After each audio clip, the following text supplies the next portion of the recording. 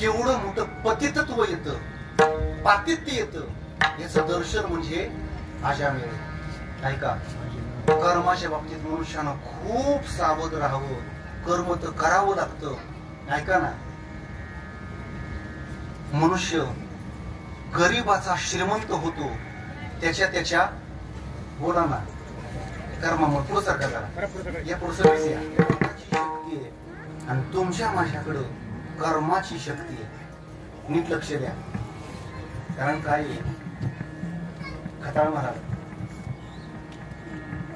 माणसं कार्यक्रमाला लक्ष घालवतात पण लक्ष देत नाही. लक्ष घालवायला माग नाही, लक्ष द्यायला पुढे येत नाही.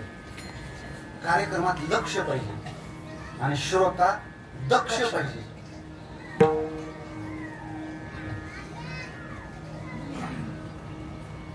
जीवाकडे कर्माची शक्ती आहे.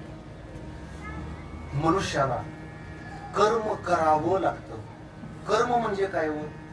हाताद्वारा, वाणीद्वारा, कर्णेंद्रियाद्वारा, चक्षुष डोळ्याद्वारा जी क्रिया घडते त्या क्रियेला म्हटलं जातं कर्म. हात कशाला तरी स्पर्श करणारे, या सगळ्या इंद्रियांच्या द्वारा जी क्रिया घडते त्या क्रियेला कर्म म्हटलं जातं. चला श्रीमद भगवद्गीतेमध्ये भाऊ, श्रीमद भगवद्गीतेमध्ये म्हटलं, मनुष्य एक क्षण सुद्धा कर्माशिवाय राहू शकत नाही. नहि कश्चित क्षणमपि ज्यात उत्तिष्ठत्य कर्म कुरु. कर्म मणिपेते कवन अथवा कर्मा काय लक्षण. ऐसे विचारिता विचक्षण कोणी केली. कर्माशिवाय राहू शकत नाही. दिवसभरात आपण 21,600 वेळा श्वास घेतो. किती वेळा? ज्या घरात संपत्ती बिघडलेली आहे त्या घरातली संतती कधी हाताला लागणार नाही. कष्टावर विश्वास ठेवा. माझ्या सगळ्या टाळकरी वृंदांची माफी मागून बोलतो. हे जसं संसारात आहे तसंच परमार्थात आहे, हे विसरून चालणार नाही. समाज एवढा अज्ञानी होत चाललेला आहे. इतका अज्ञानी समाज दिसतो ज्ञानी, पण अज्ञानी म्हणायची सुद्धा लाज वाटते. कोणाचं ऐकावं, किती आहारी जावं, किती वेळ द्यावा, हे या समाजाला वर्तमानात कळताना दिसत नाही. स्टेटस, इंस्टाग्राम, फेसबुक, युट्यूब याच्या आहारी जाऊन आपण कष्टाने मिळवतो आणि कसलंच कष्ट ज्यांच्या वाट्याला नाही त्यांना दान म्हणून देतो. या गोष्टीचा पश्चाताप झाल्याशिवाय राहणार नाही. मग कुठे असू द्या, आपला वेळ, आपलं धन, आपली सेवा योग्य माणसाच्या चरणी वहा. चुकीच्या माणसाच्या चरणी वहा तर पश्चातापाला सुद्धा वेळ राहणार नाही. धरोच्या माऊलीचा होता, तिचं नाव कैकई. भरताला नको पण रामरायाला गाडीवर बसवा अशी चांगल्या वृत्तीची ती माऊली. पण त्या कैकईला फक्त दुष्ट प्रवृत्तीची मंत्रा भेटली आणि काही सेकंद फक्त मंत्रेनं कैकईला आलिंगन दिलं. तर त्या आलिंगनाचा परिणाम असा झाला, रामरायाला वनवासाला जावं लागलं आणि भारताला गादी द्या असा आग्रह तिनं धरला. 2 सेकंदाचा शरीराचा स्पर्श कैकईला बदलू शकला आणि 2 सेकंदाचं दृश्य ब्राह्मणाला बदलू शकलं. त्या ब्राह्मणाचं नाव अजामेळ. म्हणून आप्पा महाराज आपले तुकोबर आहे, गाथ्यामध्ये देवाकडे प्रार्थना करतायत, प्रभू माझे डोळे तेवढे पवित्र ठेव, सदा माझे डोळे पुण्याचं फळ सुख या. महाराजजी, पुण्याचं फळ सुख आहे आणि पापाचं फळ दुःख आहे. पण ऐका ना, समाजाची वृत्ती कशी आहे. समाजाला पुण्याचं फळ सुख हवं असतं, पण पुण्य करायला नको वाटतं. पापाचं फळ दुःख कोणालाच नको वाटतं, पण पाप कोणाला सोडू वाटत नाही. पुण्यस्य फलम इच्छन्ति पुण्यम इच्छन्ति मानवाः. पुण्याचं फळ हवंय, पण पुण्य नको वाटतं. शास्त्र बोलतं, बाबा तुझ्या वाट्याला आलेलं जे ते कर्म आहे, त्या कर्मानं तुझ्या वाट्याला जे सुखदुःख आलं, त्या दुःखाचा भोग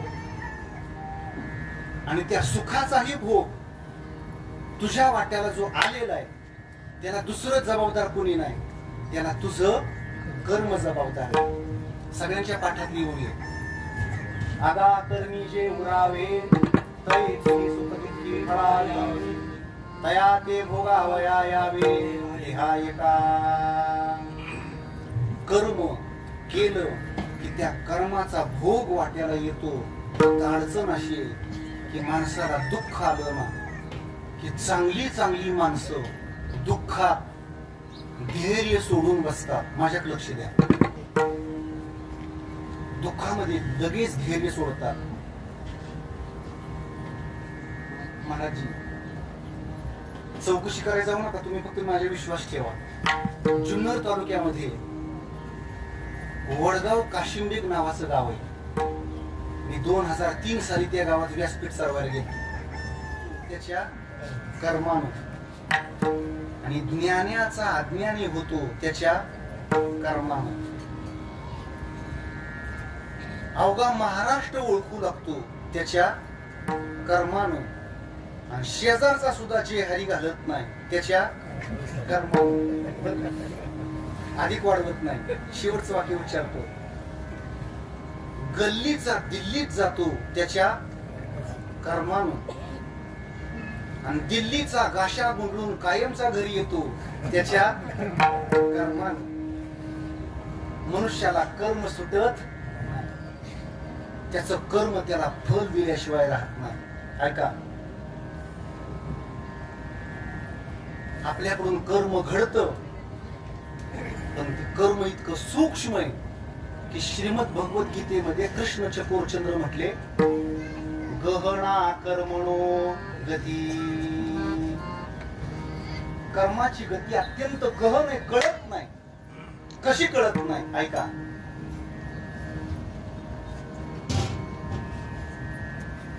शंकराचार्य म्हटले, हत्तीनं कवट खाल्लं, द्या लक्ष बरं, हत्तीनं कवट खाल्लं तर तास 2 तासानंतर आपा महाराज ते कवट हत्तीच्या विष्ठेमध्ये आहे असं बाहेर पडतं. पण पुढचं ऐका, विष्ठेमध्ये बाहेर पडलेलं ते कवट, त्या कवटामध्ये आतील हर तेवढा शिल्लक राहिलेला नसतो. कवट आहे असं गोल न फुटता बाहेर पडतं, पण कवटामध्ये गर शिल्लक राहत नाही. पण हे शेवटपर्यंत हत्तीला कळत नाही. आपलं तसंच आहे. कोणत्या कर्मानं आपल्याला असं केलं हे शेवटपर्यंत आपल्याला कळत. विश्वास ठेवा. 21,600 वेळा श्वास घेतो आणि सोडतो. हे श्वास घेणं आणि सोडणं हे सुद्धा काय कर्म आहे. म्हणून आपले तुकोबर आहे, या कर्माच्या बाबतीत आपल्याला सावध करतायत. इतकं सावध करतायत, गाथ्यामध्ये 4043 अभंगात तुकोबराया देवाशिवाय दुसरं काहीच बोलत नाही. पण ऐका ना, ते तुकोबर आहे. एका अभंगात देवाला स्वतःच्या इंद्रियांची शुद्धी राहावी म्हणून प्रार्थना करतायत. मला मुद्दा मांडायचा आहे का, माझं इंद्रिय कर्णेंद्रिय असेल, नेत्रेंद्रिय असेल, घ्राणेंद्रिय असेल, रसनेंद्रिय असेल, देवा ती माझी इंद्रिय शुद्ध ठेव अशी प्रार्थना करताना दिसतात. का करतात ऐका. भागवतामध्ये आपण सगळ्यांनी जवळजवळ श्री गुरु माऊलींचं भागवत ऐकलेलं आहे, ऐकणार आहोत, ऐकावं लागणार आहे. आणि भागवताशिवाय आपल्या जीवनाचं कल्याण नाही. ऐका, त्या भागवतामध्ये म्हटलं,